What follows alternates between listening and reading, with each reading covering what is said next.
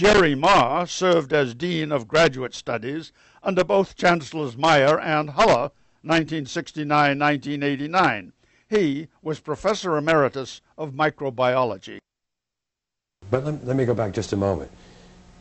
Just prior to that, say a year before, maybe in 1968, we finally succeeded at Davis in getting approval for and offering a course in biology, not in botany, not in zoology, not in microbiology, but a botany course. And Bob and I decided that, well, this is important enough that we ought to teach it.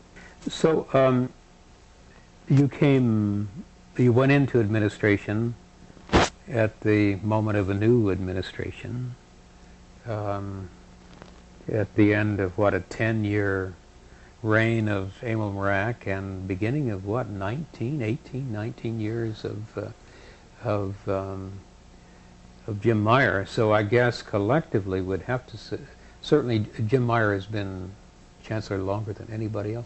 So tell us something about him, about his style, and about the impact that he had on this campus in a critical period. I'll be happy to, but let me first say that Chuck Young has the record of the longest reigning chancellor in the history of the University of California. But Davis must be Meyer. Indeed. Meyer certainly has the record for Davis. I'm tempted to comment about Chuck, but I'll pass that one by for a moment.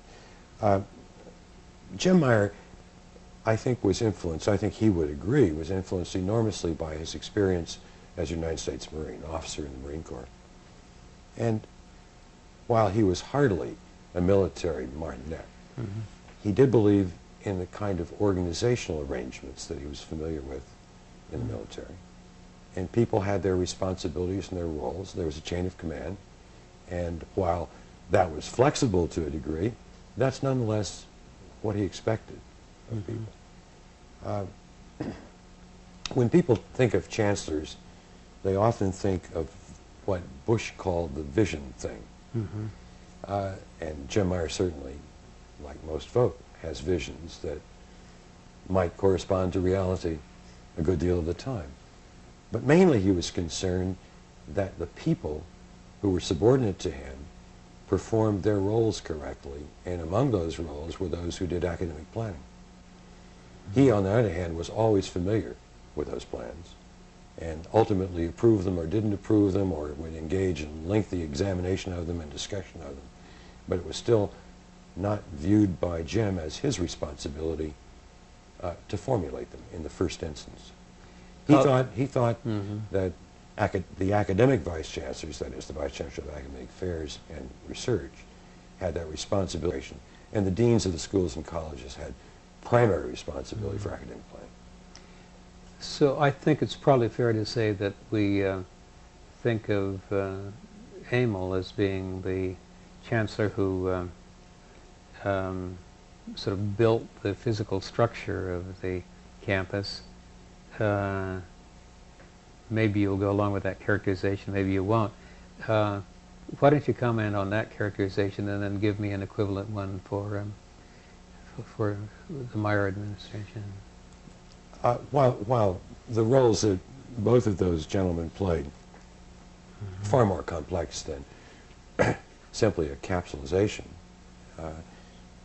Emil was the builder. And while he was concerned that the Davis campus develop an academic substance to match its buildings, if you will, I don't think Emil had a very well-defined picture of what that meant. He relied also on others to do the detailed academic planning. So in that sense, they were alike.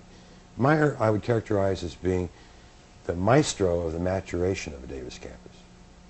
Things went well, almost all the time, while Jim was chancellor.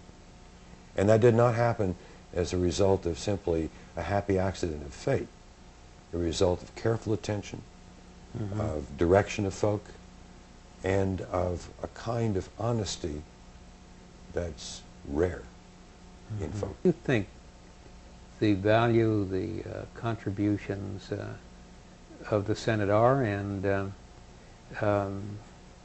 Are they, is it an important part of the university structure or the university future, or is it, as some young faculty members say, the sandbox they always... I would say that from my own personal experience with the Senate, that it's uneven. That some of the most rewarding, occasionally, some of the most rewarding things that one can do academically are done through the agency of the Davis Division. The Senate has delegated authority from the regents for courses and curricula, and it has responded by and large very well to that responsibility.